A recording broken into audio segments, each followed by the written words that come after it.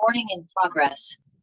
Parasha meditation, Parashat Matot, creating angels with our words. It's hard to imagine the immense power of words. Words can comfort and words can offend. From a tiny slip of the lips, a family rift may emerge. Yet words of hope and encouragement can elevate a person from the depths of depression.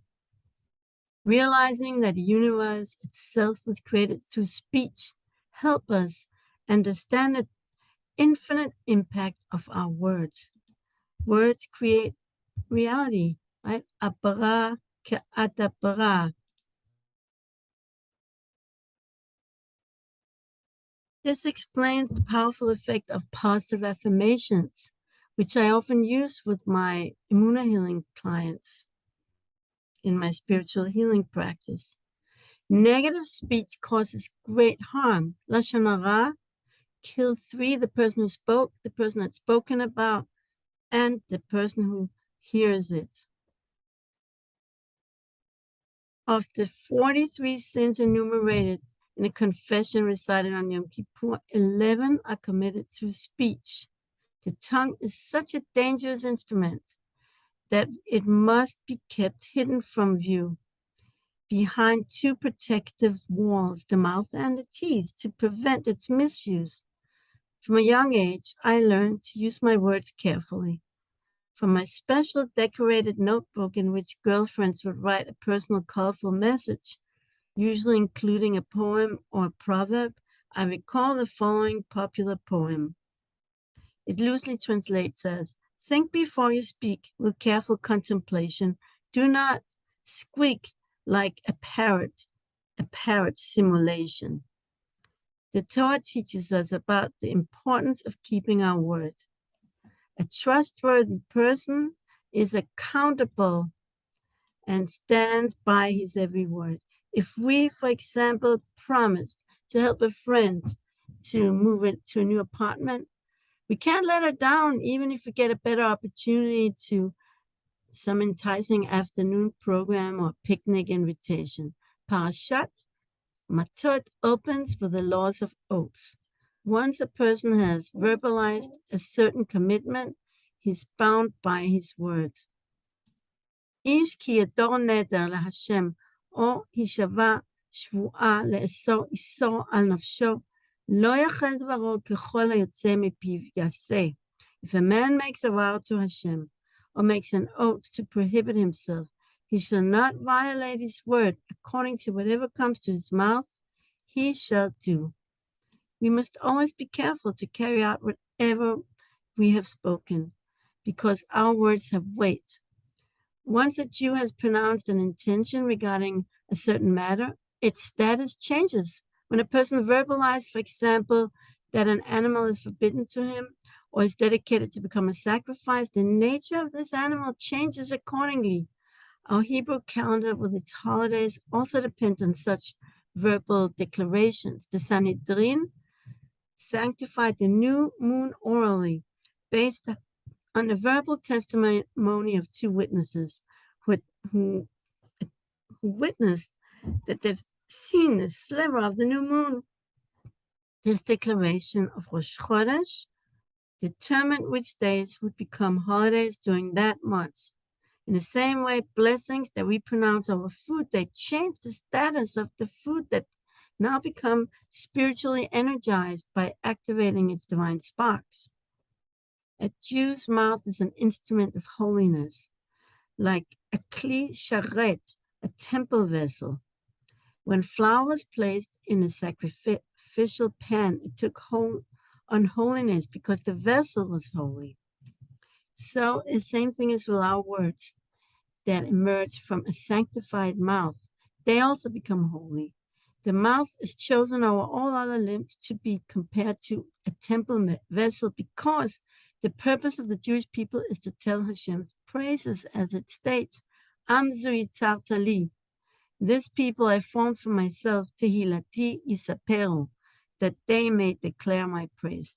That's why our mouth become a ministering instrument for achieving our main goal in life through elevating our speech, not only in prayer, blessings and Torah, but also in blessings and Torah study, and also words of kindness and encouragement. We can attain the purpose for which we were created. Our main service is through rectified speech. We're obligated to occupy ourselves in the words of Torah day and night. The same way that tefillah is expressed through the words of our mouth. And we are instructed to remember Shabbat and sanctify it by means of speech. Rashi explains, Lo yachel dvaro, he shall not violate his word. That the same Bet Lamed Lamed can both mean he should not violate his word, and or he should not let his word bear a secular character from the word chulin. We must not waste opportunity to serve Hashem in the highest way with our speech by profaning it through idle talk. Arizal explains that by every word that a Jew pronounces with his lip, an angel is created. This teaches us an additional understanding of our Torah verse, B'chol hayotze mipiv yaseh, everything according to everything that comes out of his mouth he shall do. The word yaseh can also mean will be done or will be created. So this could also mean that out of a person's mouth something is created. If he speaks words of holiness, a defending angel is created, whereas forbidden words create an accusing angel. The main purpose is to serve Hashem through words. Engaging in idle speech profanes the holiness of our mouth, which is considered a temple vessel. Our sages admonish us to avoid idle speak. You shall engage your speech in them, meaning the words of Torah, but not in idle speak. Just as it's forbidden to use an animal or object for profane purposes after it's been declared holy by being dedicated to the temple, so regarding the mouth of a Jew, which is created for holiness, it states in the Holy Zohar that Hashem builds worlds through the words of Torah and tefillah that a Jew expresses before him. From every holy word that a Jew speaks, new worlds are created. For the new heavens and the new earth that I'm making stand before me, says Hashem, so shall your seed and your name stand. It doesn't state I will make, but I'm making in the present tense. This is because the heaven and earth are renewed perpetually through the words of the Torah that a Jew expresses every moment. The fact that our words have such immense power of holiness explains why our Torah verse writes, Lo yachel dvaro, which can both mean he shall not violate his words and he shall not profane his words. So we should not engage in idle speech, because with the same words that can create worlds when we speak in holiness. Meditation. Allow yourself to relax in a comfortable position on a chair, couch, or cushion. Lean back and relax even more. Several deep cleansing breaths. And allow Hashem's life-giving light to penetrate your entire being. As the happenings of your day pass through you, focus on your conversations and the words you spoke today, including your words of Torah and tefillah. Tune into your words of holiness.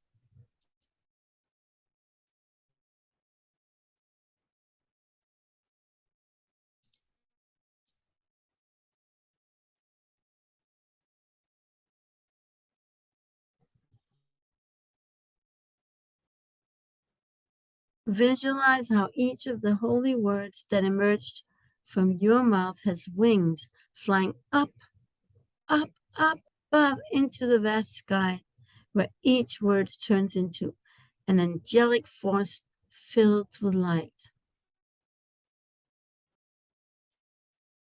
Envision bathing in the waves of this loving light, feeling unconditional love flowing through you, washing away any judgment and criticism. Now return to your day or to your week. Do you recall speaking any negative words of complaint, criticism, anger, irritation, resentment, or disappointment? Did any of your words perhaps bring darkness rather than light? If you could reconstruct your day, which word would you have spoken differently, or rather not have spoken at all? How may you reformulate yourself to express yourself with words of holiness, even when you are in a challenging situation? Imagine transforming your negative attitude into acceptance and emunah. If you had complained that your milk went sour, for example, envision feeling grateful that you found out before pouring it into all your coffee cups. As you imagine reformulating your negative words to become expressions of appreciation and gratitude, visualize how your words of darkness become transformed into shiny lights one by one. Contemplate about all the goodness you can do with the words of your mouth, your personal temple vessel. Visualize an infinite string of light perpetually emanating from your tongue and lips towards anyone with whom you communicate. Envision how this string of light is an expression of the divine, like a beam of light radiating from the sun. With this string of light emanating from your holy words, you have the power to illuminate any place of darkness you may encounter. In your mind's eyes, choose some places and people that could benefit from your light-giving words. Imagine sending your words of goodness with the strings of light to those in need. Then open your eyes, feeling excited to use your power of speech to illuminate the world. There are many levels of elevating our speech, in addition to not speaking forbidden and idle speech. It is praiseworthy to avoid using negative words. The Talmud gives an example of two students who asked Hillel the sage the same question in different words. One student asked, "Why do we need to harvest grapes while we are ritually pure, but we may harvest olives while being ritually impure?" Whereas Rabbi Yochanan ben Zakkai asked, "Why do we need to harvest grapes while being ritually pure, but we may harvest olives without being ritually pure?" Since Rabbi Yochanan phrased himself with pure language, Hillel understood that he would become a great rabbi in Israel. Great Torah sages are also very meticulous about expressing themselves in brevity without using unnecessary words.